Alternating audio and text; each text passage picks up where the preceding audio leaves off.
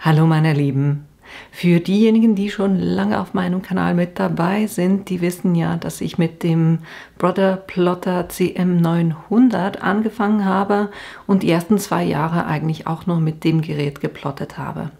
Als ich dann aber die anderen Geräte, die dazu kamen, wie zum Beispiel die Cricut Joy, der Cricut Maker, die Cameo 4, die Portrait 3, solche Plotter, da habe ich halt einfach gemerkt, dass man mit Plottern eigentlich noch mehr machen kann, und da ist der CM900 so ein bisschen in Vergessenheit geraten, weil der halt einfach nicht ganz so viel kann wie eben jetzt ein Cricut Maker oder eine Silhouette Cameo. Aber als ich mich auf das Video mit Andrea vom Kreativ-Chalet vorbereitet habe und auch als ich ihre Antworten zu meinen Fragen gehört habe und das Gerät auch so zum ersten Mal so im Einsatz gesehen habe, da dachte ich mir schon, es wäre eigentlich schon cool, noch so ein DX-Gerät auch selber zu haben, nebst den anderen Plottern, die ich habe. Und ich habe mich wirklich mega gefreut, weil das Team von Hobbyplotter hat mir tatsächlich einen DX-Plotter zur Verfügung gestellt, was mich wirklich mega gefreut hat, und ein ganz spezielles Danke an Mona. Und ja, ich habe den STX 1350 bekommen und den werden wir uns heute mal angucken und auch schon ein erstes Projekt damit machen.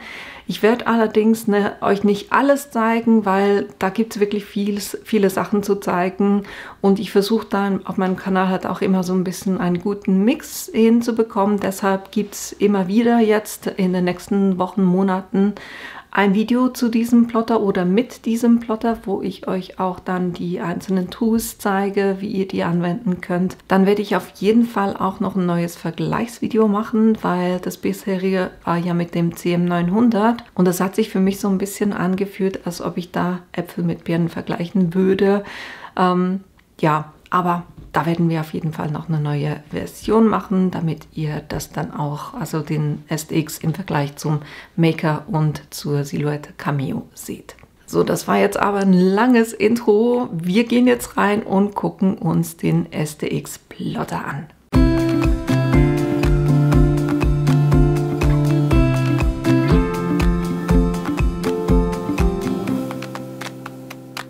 Wie gesagt, heute geht es um diesen Plotter hier, nämlich den STX 1350 von Brother.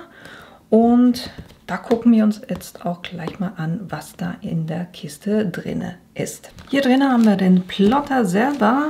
Dann hat es hier eine kleine Kiste.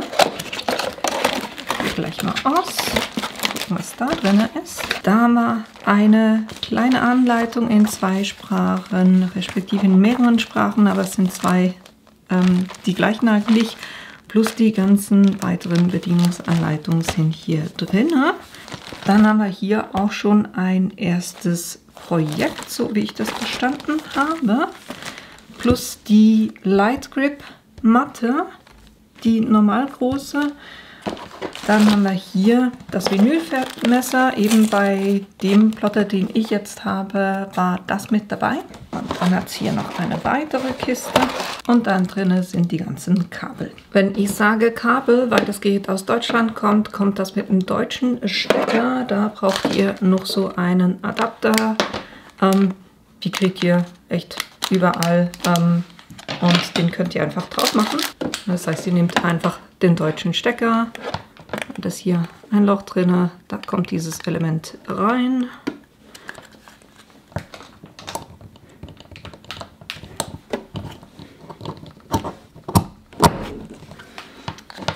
Und dann habt ihr hier wunderbar den Schweizer Stecker. Dann müssen wir hier jeweils noch gucken, dass wir die ganzen Kleber, die beim Versand drin sind, dass die wegkommen. Hier hinten. Dann den Ausschub, dass die Matte dann schön rauskommt. Dann vorne, da hat es nur einen kurzen Hinweis von wegen, wie die Matte eingezogen wird. Dann ist hier noch ein Kleber drauf, der quasi für den Zugriff, dass das zugeklappt bleibt beim Versand. Dann haben wir hier noch mehr. So, das müsste es jetzt mal sein an Klebern. Messer ist keins drin, aber wenn ihr hier vorne aufmacht, dann habt ihr hier ein kleines Täschchen und da drin habt ihr den Stift zum Bedienen. Könnt auch mit den Fingern, aber es geht es geht einfacher mit dem Stift. Dann einen kleinen Spaten und eben auch das schwarze Automatikmesser. Weil vorne haben wir gesehen, das ist das hellblaue. Das ist das, was ich für Vinyl verwende und das für alles andere. Das heißt, mitgeliefert bei dem Modell werden 2 Messer. Und ich finde das wirklich klasse hier vorne. Ihr habt wirklich gut Platz für die ganzen Sachen. Ich mache jetzt hier das Automatikmesser. Das mache ich hier rein, weil das werde ich für mein Projekt... Nee, stimmt gar nicht. Ich werde es brauchen. Von dem her nehmen wir es raus. Was beim Vinylmesser mit dabei war, ist diese Aktivierungskarte, die auf keinen Fall wegschmeißen. Ne? Die braucht ihr nachher, um das Ganze im Broderick Canvas zu aktivieren. Dann haben wir hier den Display. Wunderbar, ne? Mit Einschalten, den Home-Button, Einzug, Auszug und Pause-Button. Display gucken wir nachher noch gleich an. Dann habe ich hier noch einen Hebel, den ich betätigen kann, wenn ich diese Roller hier verschieben will. Im Moment kann ich die überhaupt nicht verschieben, da hat es 2 Zeichen drauf und dann kann ich das quasi auf das andere Zeichen, dieses Unlock oder Aufschließen Zeichen verschieben und dann kann ich hier auch diese Rolle verschieben. Und dann wieder zurück an die Anfangsposition und das wieder verschieben. Dann lässt sich das nicht mehr verschieben und hier wieder den Hebel rauf. Hier eben kommt das Messer rein.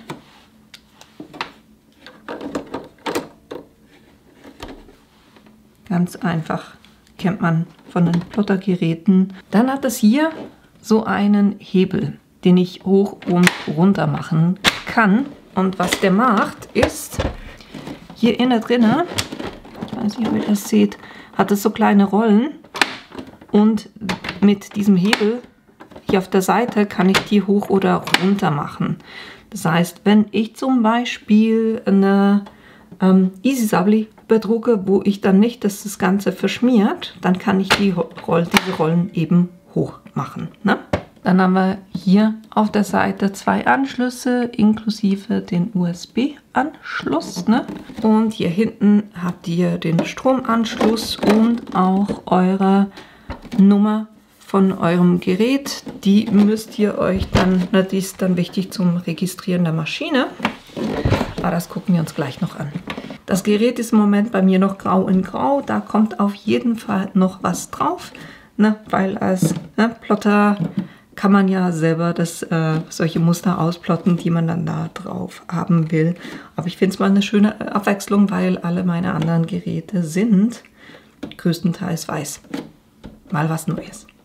Und passt natürlich super, ne, in mein Studio. Bevor wir aber jetzt dann hingehen und die Maschine registrieren und den WLAN-Anschluss machen, werde ich euch zuerst kurz noch einen Vergleich zeigen von den Geräten, damit ihr da auch die Unterschiede kennt und auch ein bisschen was zeigen zum Zubehör. Da gehen wir jetzt kurz auf den Computer rüber. Was ich euch zeigen wollte, ist hier die Seite von hobbyplotter.de. Und zwar, ich werde euch den Link natürlich dann unten reinmachen, aber hier habt ihr einerseits die Übersicht der Modelle. Und ich hatte bis jetzt eben diesen Scan&Cut CM900, da habt ihr auch jeweils eine kleine kurze Beschreibung dazu. Und neu ist es diese Scan&Cut DX1350. Dann, um weitere Infos zu bekommen, könnt ihr hier auf die Spezifikationen gehen. Und jetzt habt ihr schön eine Übersichtsliste, wo ihr die einzelnen Geräte habt und dann, um was geht's und was kann die einzelne Maschine. Wir gucken uns jetzt hier kurz den Vergleich vom CM900, den ich bisher hatte, zum 1350er, den ich jetzt habe, an. Und hier habt ihr schon mal den ersten Unterschied. Der Scanner, der eingebaut ist, war beim CM900 300 dpi und jetzt beim neuen sind 600 dpi. Das heißt dpi sind Dots per Inch, das heißt wie viel Punkte kann er per Inch erkennen mit dem Scanner. Und das ist eine Verdoppelung dieser dpi's. Das heißt, er kann auch mehr Details erkennen. Dann Größe des Displays ist leicht größer, 0,2 Zoll größer. Dann der Servoantrieb, und das werdet ihr nachher auch hören oder eben nicht hören. Nämlich beim CM900 hatte es keinen Servoantrieb und bei den DX-Geräten hat es diesen Servoantrieb. Das heißt, das Gerät ist massiv leiser auch. Dann vorinstallierte Schriften, 1517 kein riesengroßer Unterschied, auch bei den vorinstallierten Designs und Quirte-Muster. Das heißt, das, was ihr auf dem Plotter selber drauf habt, weil ihr könnt den Plotter per se eigentlich auch ohne Plotter Canvas betreiben, also anwenden. Der hat auf dem Gerät selber schon Designs gespeichert. Und das sind eben hier diese 1303. Dann maximale Schneidekraft ist bei allen gleich, diese 1,26 Kilogramm. Aber hier die Mediendicke, da haben wir durchaus eine Verbesserung. Das war bei meinem alten 1,5 mm und das sind wir jetzt auch bei den 3 mm. WLAN-Funktion haben die meisten Geräte. Kompatibel mit Rollenhalter, hatte der vorher nicht, hat der neue. Dann automatisch einstellendes Messer, das hatte der CM900 nicht, das haben aber die DX-Geräte und das ist, da verspreche ich mir extrem viel davon, weil das ist nicht ein automatisches Messer, wie man das von der Silhouette oder vom Maker kennt quasi, weil da stellt sich das Messer einfach so ein, wie ich das vorgebe in den Materialeinstellungen. Hier ist es wirklich ein automatisches Messer, das heißt, der scannt zuerst die Höhe des Materials und dann weiß er, abhängig davon, ob ich sage, er soll einen Halbschnitt machen oder einen ganzen Schnitt, wird der das selber dann wissen, wie tief er schneiden muss. Und da verspreche ich mir extrem viel davon, von dem her, da jetzt mit dem neuen Plotter ist eben dieses automatisch einstellendes Messer mit dabei. Dann haben wir neu auch im Vergleich zum CM dass er eine 24 Zoll Scan-Funktion hat. Dann haben wir die maximal erkennbaren Objekte beim Scan-Vorgang. Das waren vorher 600, jetzt sind es 900. SVG oder SVG-Dateiverarbeitung war schon oder ist auch bei allen vorhanden oder möglich. Was anders ist, ist hier die PES-Kompatibilität. Schwieriges Wort zum Sagen, ne? Es geht hier darum, das sind die Stickdateien. Das ging bei den kleineren Geräten nicht und jetzt bei den SDX-Geräten geht das. Garantie ist überall gleich und dann könnt ihr noch zu weiteren Infos. Das ist so der Vergleich vom CM900 jetzt zum DX oder SDX 1350. Dann habt ihr hier auf der Seite, wenn wir uns das angucken, die 3 quasi größeren SDX-Geräte und ihr seht hier, dass es fast alles gleich ist. Das Einzige, was anders ist, ist, dass hier noch 152 Disney steht bei den vorinstallierten Designs. Ansonsten sind die Zahlen hier komplett gleich. Und das ist daher, dass der Lieferumfang anders ist. Ne? Also die können alle quasi dasselbe, aber der Lieferumfang ist anders. Und im Groben kann man sagen, ne, für diejenigen, die viel mit Vinyl arbeiten, ist es der 1350er. Für diejenigen, die viel mit Stoffen schneiden, ne, damit arbeiten, wäre es der 1550er. Und wenn ihr eben gerne noch die Disney-Sachen drauf haben möchtet, dann wäre es dann der 2250er D. Ihr seht es beim kleinen Bild fast nicht, aber nochmal zu den Modellen, die sehen natürlich auch ein bisschen anders aus. Ne? Hier der 1350er, hier den 1550er und hier der Disney, ne? Aber eben hier beim Lieferumfang seht ihr dann schon Unterschiede. Automatikmesser und Halter ist bei allen mit dabei, aber dann kommen schon die Unterschiede, ne? Hier Rollmesser macht bei Stoffen mehr Sinn, von dem ist es da dabei. Dafür das Vinylmesser macht bei dem eben mehr Sinn, da ist es da dabei. Na, da habt ihr eine ganze Liste, was wo mit dabei ist, und dann seht ihr unten auch die Preise. Ihr könnt auch sagen, ne, für mich, ich schneide zwar viel Vinyl, aber ich mag eigentlich den weißen lieber. Dann könnt ihr auch den weißen bestellen und dann einfach die entsprechenden, ne, Sachen noch dazu bestellen. Es geht eigentlich mehr darum, was wird einfach mitgeliefert. Das heißt aber nicht, dass ihr später dann nicht noch andere Sachen dazu kaufen könnt und die dann nutzen könnt mit diesen Geräten. Von den Tools her vielleicht hier auch noch eine Anmerkung. Messer und so solche Sachen, ne, beim CM900, die könnt ihr auch hier verwenden. Was nicht geht, sind die Matten. Die sind nicht kompatibel. Aber die Tools, also die Messer selber schon. Was ihr auf der Seite auch noch findet, ist der Link zur Software. Ne? Da habt ihr hier einen Download-Bereich. Dann könnt ihr den Brother Canvas runterladen und auf eurem PC installieren. Verwenden könnt ihr den nicht nur mit dem PC, sondern auch mit dem iPad und mit dem Mobiltelefon. Ich sage jetzt iPad, eigentlich ist es mit einem Tablet, weil das Schöne ist hier, ihr arbeitet nicht mit einer App, sondern mit einem Zugriff auf eine Webseite, also mit einem Browser, und deshalb spielt es auch keine Rolle, ob es ein iPhone ist oder ein iPad ist oder ein Androides Gerät. Das heißt, es geht beides, ne? Dann, was ich euch auch noch zeigen wollte, ist der Zubehörkatalog, einfach damit ihr da ein bisschen eine Übersicht habt, was es eigentlich alles gibt. Auch den Link werde ich euch reinstellen. Auch diese Seite ist von Hobbyplotter. Fangen wir am Anfang an mit den Matten. Ihr habt eine Light Grip Matte, ihr habt eine Standard Grip Matte und ihr habt eine Scan Matte, und die jeweils in zwei Größen, ne? Jeweils die 30 x 30 oder 30,5 x 30,5 cm, die 12 x 12 Inch oder dann die 12 x 24 Inch, was 30,5 cm sind, mal 61 cm. Die gibt es von allen drei Matten.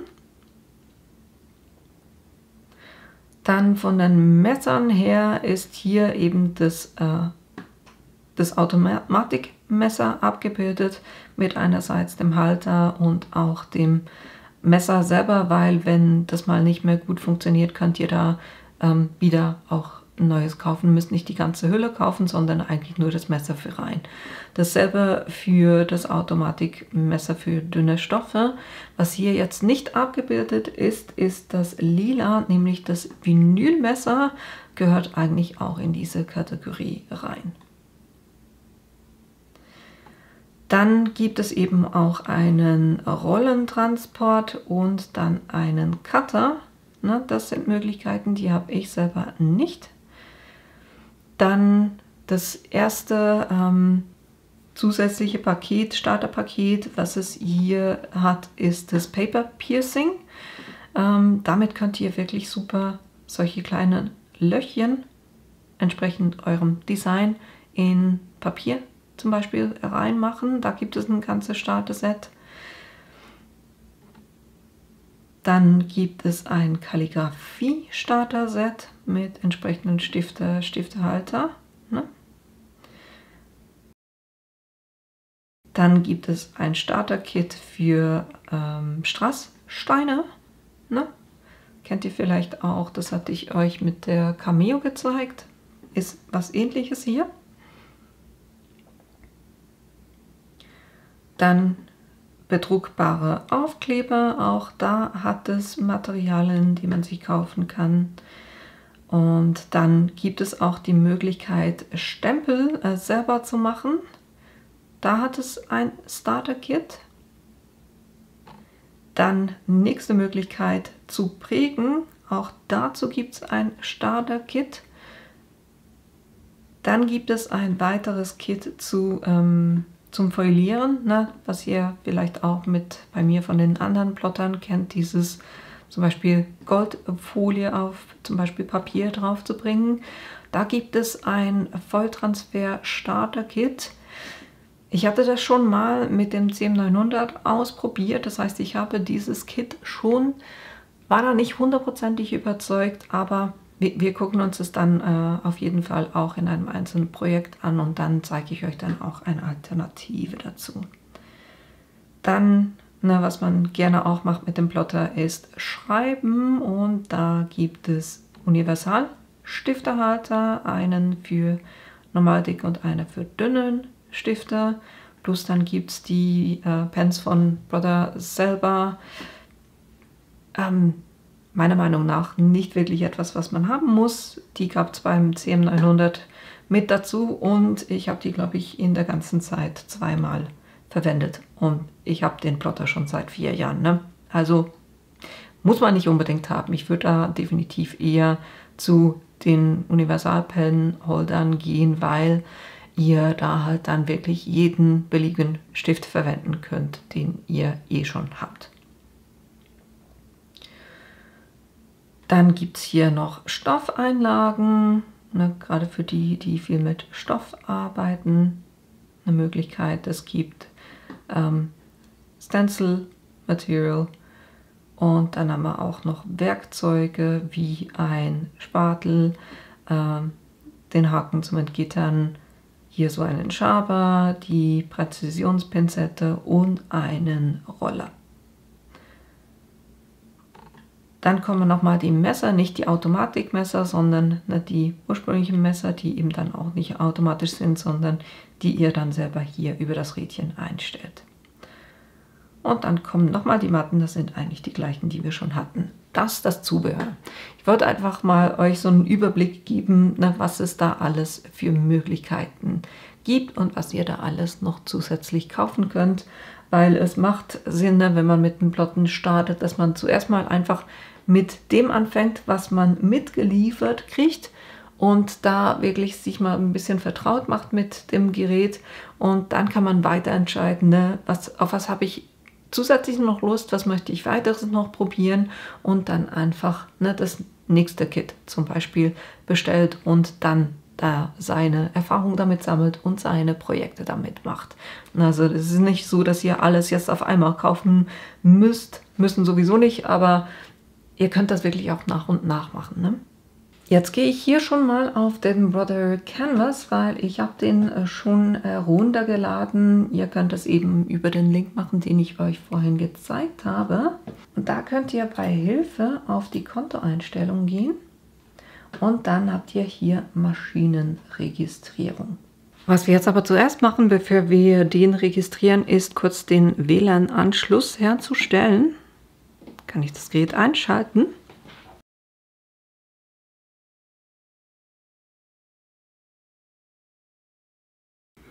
Und ihr seht schon vom Display, was hier angezeigt wird, das ist schon eine andere Geschichte als bei dem CM900. Da seht ihr dann wirklich, was ihr dann quasi auf der Matte habt. Jetzt gehen wir hier auf den Home-Button. Dann sagt er, dass quasi der Rollenhalter oder das Transportelement auf sich verschieben wird, und da müsst ihr halt einfach gucken, dass ihr quasi die Hände wegnehmt und natürlich, dass ihr den ganzen Karton vorher rausgenommen habt. Sage ich okay. Und jetzt gehen wir hier kurz auf die Einstellung und hier kann ich schon mal die Sprache umstellen auf Deutsch. Ne? Okay. Gehe nochmal hier hin, weil irgendwo müsste es sein, dass ich meine Maschine registrieren kann.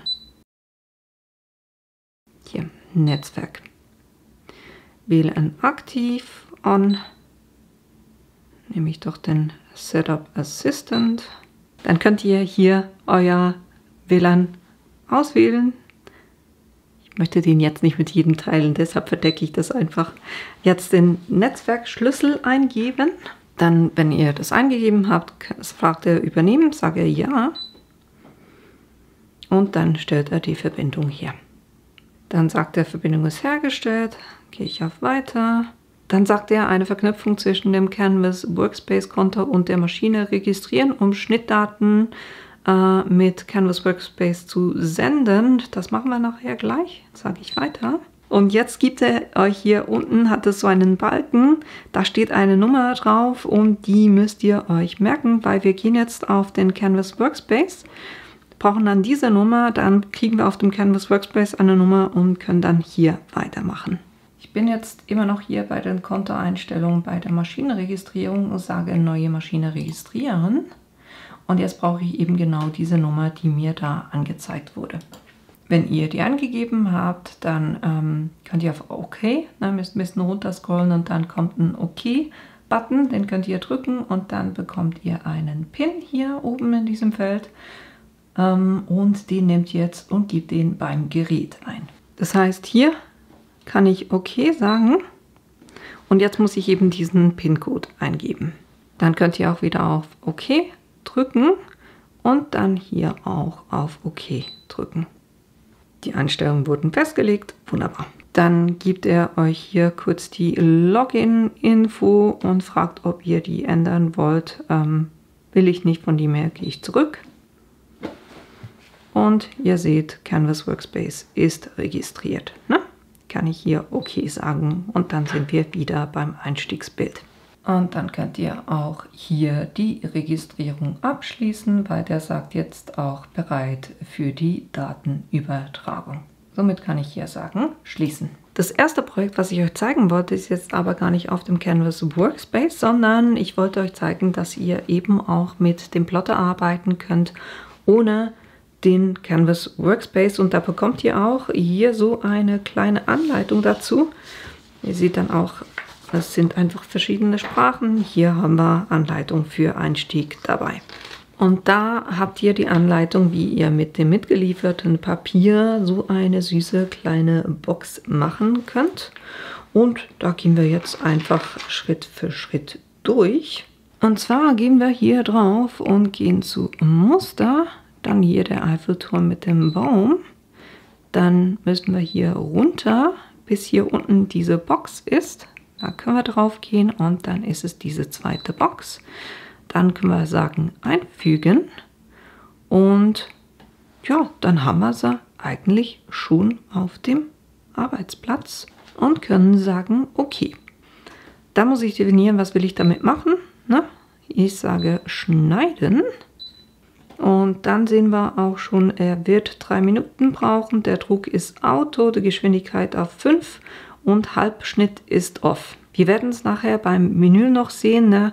Halbschnitt oder nicht Halbschnitt ist ganz einfach. Beim Halbschnitt liegt ja das, was ich schneiden will, auf einer Trägerfolie. Und deshalb muss ich da sagen, Halbschnitt ein, weil er soll nur bis zur Trägerfolie schneiden. Wir schneiden hier jetzt aber Papier und das soll es ja ganz durchschneiden und deshalb ist dieser Halbschnitt auf off. Hier hattet ihr auch die Möglichkeit, einen Test zu machen, ne, um zu gucken, ob das wirklich gut schneidet. Das machen wir dann nachher beim Vinyl und dann kann ich eigentlich auch schon die Matte vorbereiten. Das heißt, ihr nehmt hier die Schutzfolie weg. Nicht wegschmeißen, die braucht ihr wieder. Dann könnt ihr das Papier hier oben drauf machen oder schön auf die Fläche drauf machen.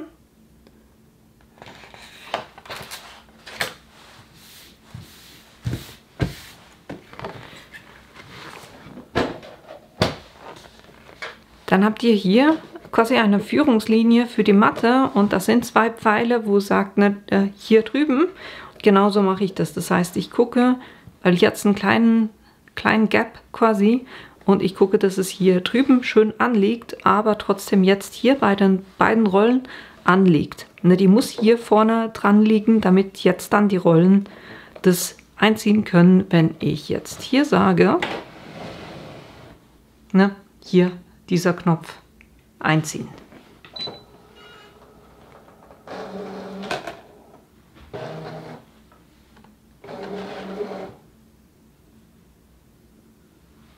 Und jetzt merkt er eben, dass er eine Matte hat und ich kann hier sagen Start.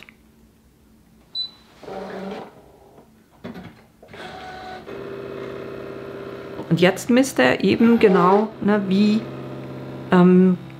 hoch mein Material ist, damit er dann weiß mit dem Automesser, wie tief er schneiden muss.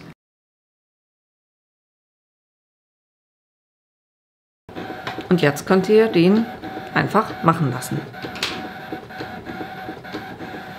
Und ihr hört jetzt auch die Geräuschekulisse. Ne? Also es ist nicht so, dass man gar nichts hört. Sie haben hier einen Plotter, ne? Der macht ja irgendwas.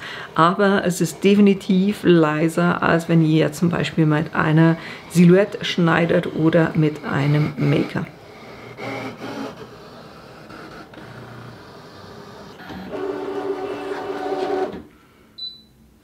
Wenn er durch ist, sagt er euch das auch und dann könnt ihr auf OK drücken und dann die Matte wieder entladen.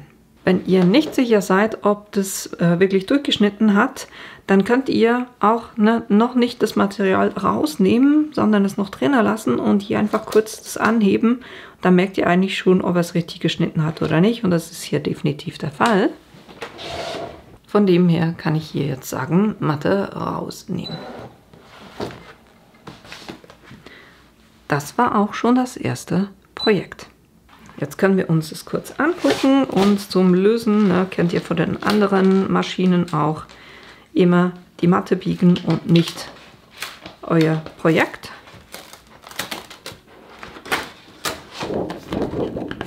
Dann könnt ihr hier den kleinen Spaten noch nehmen, den ihr mitgeliefert bekommen habt und die einzelnen Teile hier noch lösen. Die legen wir kurz beiseite und gucken uns das Projekt an. Habt ihr jetzt hier wunderbar absolut sauber geschnitten, ne? Und es hat euch auch Prägelinien gemacht. Das heißt, das könnt ihr jetzt da einfach entlang der Prägelinien umlegen. Und für diese kleine Box braucht ihr noch nicht mal Kleber.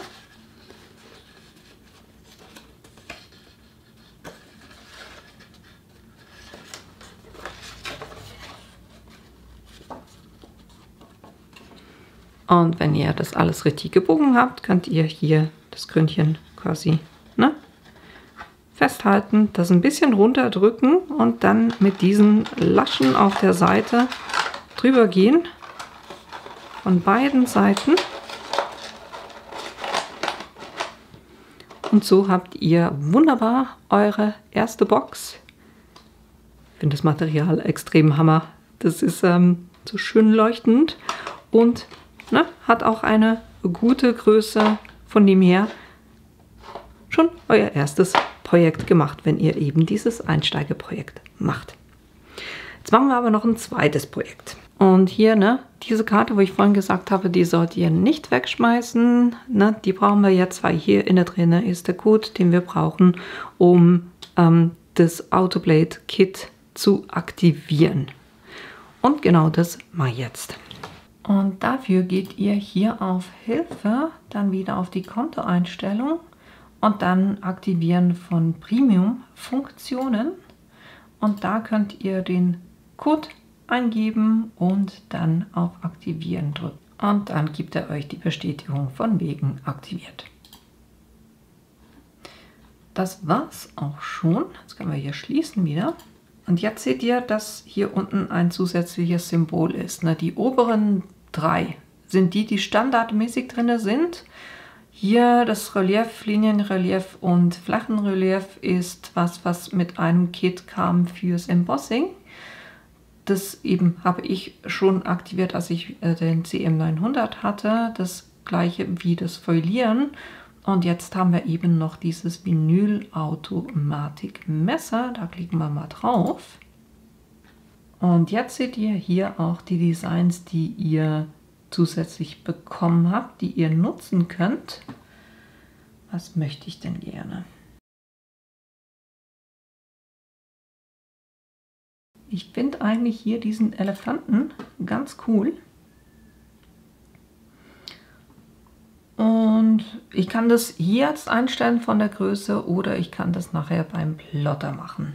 Die Idee für das Projekt ist, ich habe hier so einen Schirm, ganz normalen Regenschirm, weil im Moment ist es ja so, dass wir extrem schönes Wetter haben. Aber es gibt auch immer wieder Tage dazwischen, wo es einfach wieder regnet, was völlig okay ist für diese Jahreszeit, ne?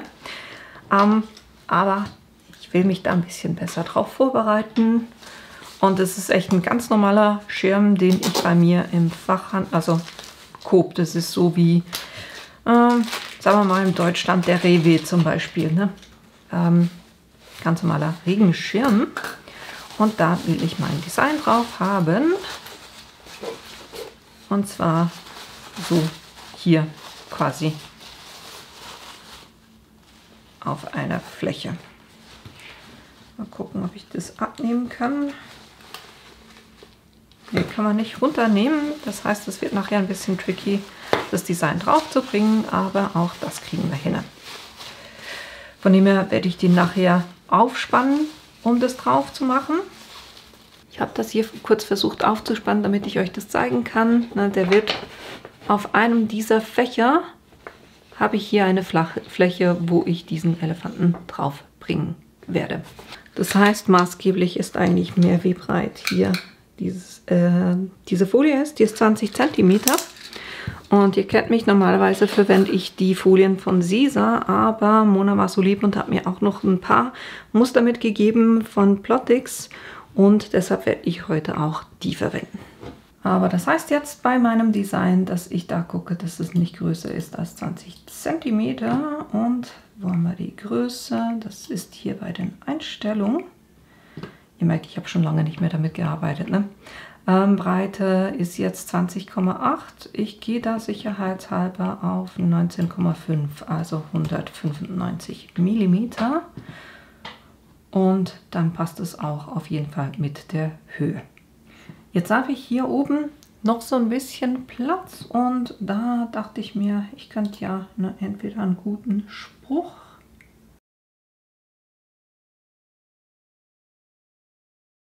ist jetzt gerade nichts, was ich haben möchte. Dann gehen wir auf den Text.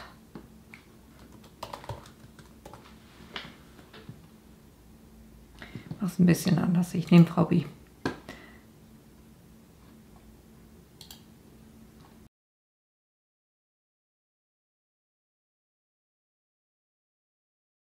Dann weiß man, das ist mein Schirm, ne?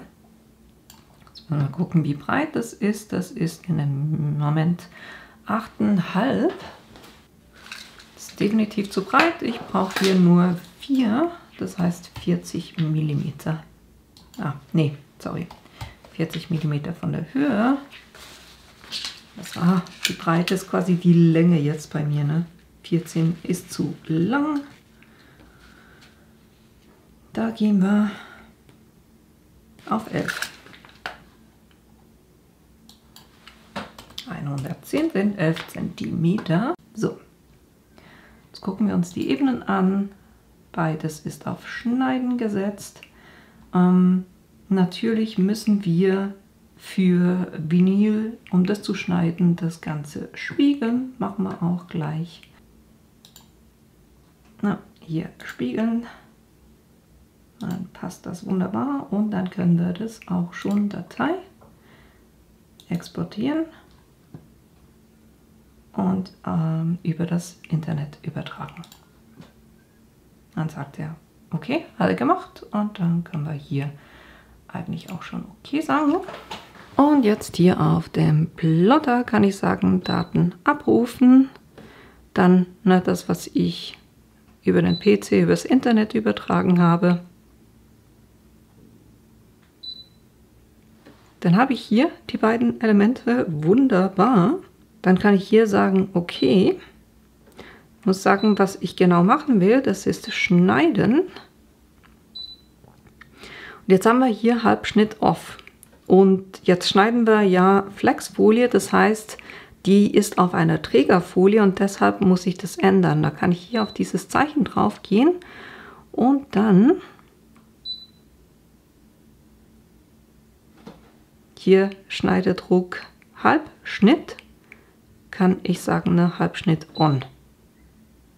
Und ich lasse es auf Auto und sage okay. Jetzt, da ich dieses Vinyl noch nie geschnitten habe, mache ich zuerst einen Test. Jetzt sehe ich, dass er das Dreieck hier unten hat. Da will ich es aber nicht haben, weil da habe ich selber keine Folie. Und jetzt mache ich das einfach hier oben in die Ecke. Na? Und jetzt kann ich sagen Start.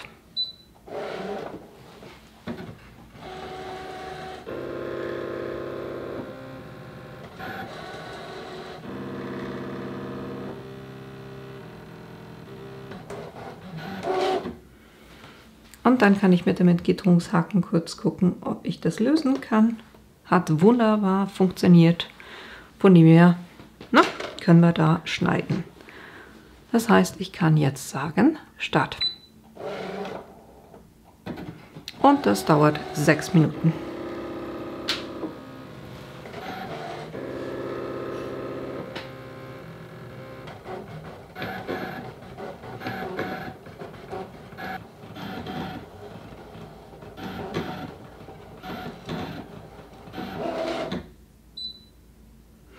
So, dann ist er auch schon fertig und ich kann sagen, okay, so, wer hat jetzt den Fehler festgestellt? Ich bin es mir noch nicht so gewohnt, ne, das mit dem Gerät zu arbeiten. Man merkt es, eigentlich hätte ich ja ein Vinyl-Schneidemesser. Ne? Ich habe es mit einem normalen Automatikmesser gemacht, hat auch funktioniert, weil es noch relativ frisch ist. Aber eigentlich verwendet ihr das Vinylmesser mit eben Vinylfolie, damit es wirklich, es ist auch ein bisschen anders geformt. Und da wollt ihr halt, dass ihr immer sehr, sehr präzise damit arbeiten könnt, aber es sieht so aus, als ob das auch mit dem jetzt funktioniert hat. Das nächste Mal oder für euch gilt, ne, wenn ihr Vinyl schneidet, nehmt auch das Vinylmesser. Ne? Jetzt kann ich das Ganze entladen. Noch ein kleines Learning von der Frau B heute. Auf der Rückseite bei den Plottix-Folien hat es eine Etikette. Und ich dachte, die haftet eigentlich ziemlich stark an diesem Trägermaterial. Tut sie nicht oder zumindest nicht mehr als auf der Matte. Von dem her habe ich das jetzt auf der Matte. Das kann ich dann noch runterfriemeln. Ne? Tipp, nehmt diesen Kleber zuerst weg, bevor ihr das auf die Matte legt. Ne? Jetzt kann ich da das abschneiden, wo ich nicht geplottet habe, damit ich da Folie sparen kann und die für ein anderes Projekt noch verwenden kann. Natürlich vorsichtig, damit ihr da nicht ins Design reinschneidet.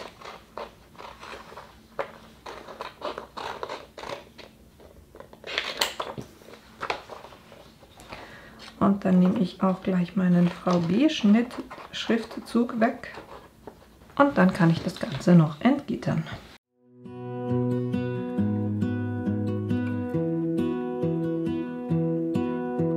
I lose my breath whenever I see you.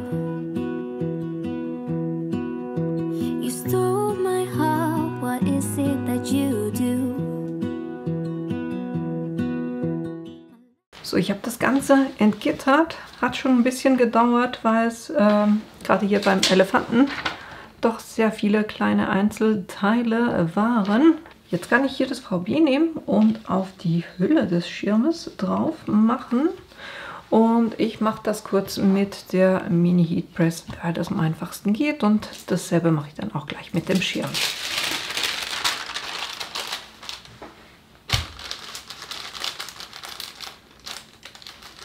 So, ich habe das jetzt mal auf der Hülle gemacht und das hat nicht so richtig gut funktioniert. Und ich dachte mir so, liegt das jetzt an der Hülle? Wobei der Schirm müsste sich eigentlich vom Material her beplotten lassen. Und deshalb habe ich das kurz mit der Folie ausprobiert, die ich sonst verwende. Und das hat innerhalb von Sekunden, weil das drauf sitzt, gut ist. Weiß nicht, ob diese Folie nicht so richtig gemacht ist für dieses Material. Und es schiebt sich lustigerweise auch der Kleber. Ich weiß nicht, ob ihr das seht, aber ne, dieses Weiße, was da unten durchkommt, ist, glaube ich, der Kleber.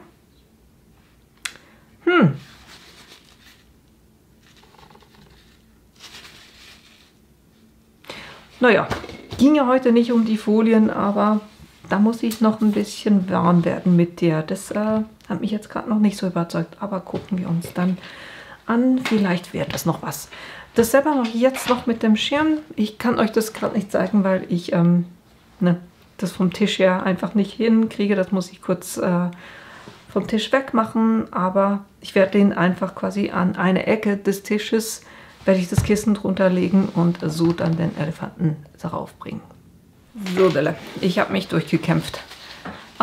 Ich bin nicht ganz sicher, ob ich irgendetwas mit dieser Folie falsch mache.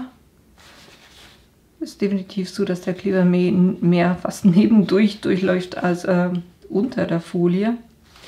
Muss da mit Mona kurz gucken, was ich genau falsch mache, weil eben, wie gesagt, mit der Folie, die ich sonst verwende, hat das wirklich super funktioniert. Ne? Sitzt, war wirklich ein paar Sekunden drauf und hat funktioniert. Ne? Aber nur zum Sagen, ihr könnt auch Regenschimmer beplotten. Und ich kann euch den jetzt hier so nicht aufgespannt zeigen, aber das sieht doch schon sehr cool aus, wenn ihr einfach einen Uni-Regenschirm kauft und dann eure Plotterfolien drauf macht. Na, das als Projekt und eben das kleine Projekt, was wir zum Starten hatten. Und das war auch schon alles, was ich euch heute zeigen wollte, nämlich eben den Brother SDX 1350, euch den vorzustellen, auch ein bisschen den Vergleich zu geben. Und da werden jetzt auch noch ganz, ganz viele Projekte damit kommen, damit ich euch wirklich auch die einzelnen Tools zeigen kann. Und irgendwann eben, wenn ich mich dann, quasi wenn ich alles mal ausprobiert habe und ein gutes Gefühl für das Gerät bekommen habe, dann werde ich da auch noch einen Vergleich machen zu den anderen Plottern. Ich hoffe, das Ganze war hilfreich für euch und es hat euer Interesse auch so ein bisschen geweckt. Und ja, dann bleibt mir eigentlich nichts anderes übrig, als euch noch einen schönen Tag zu wünschen. Und ich hoffe natürlich, dass ich euch in einem meiner nächsten Videos wiedersehe. Bis bald! Life was great till you added colors.